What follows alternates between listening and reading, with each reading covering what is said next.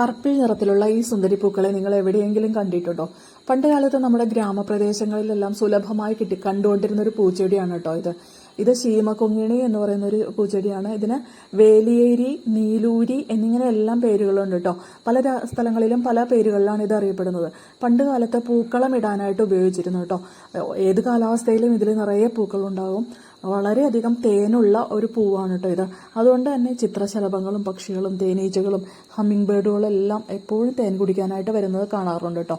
ഇതൊരു medicinal plant കൂടിയാണ്. അതിസാരം, കരൾ രോഗം, മലേറിയ, പനി എന്നിങ്ങനെയുള്ള അസുഖങ്ങൾക്കെല്ലാം മരുന്നായിട്ട് ഇത് ഉപയോഗിക്കാറുണ്ട്.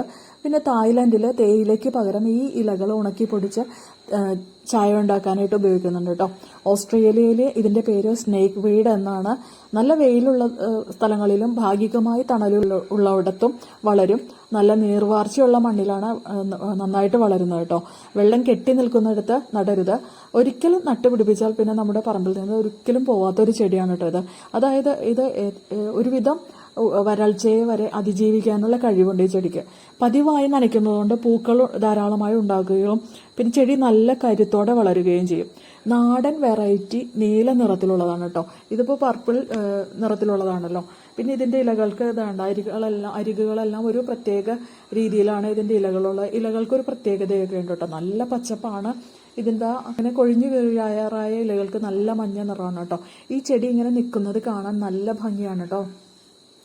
ഇതിന്റെ പൂങ്കുല എന്ന് പറയുന്നത് നീളത്തിലുള്ള ഒരു തണ്ടിലാണ് പൂക്കൾ ഉണ്ടാകുന്നത്. ഓരോ ദിവസം 3-4 പൂക്കൾ വിരിയുന്നത് കാണാറുണ്ട്.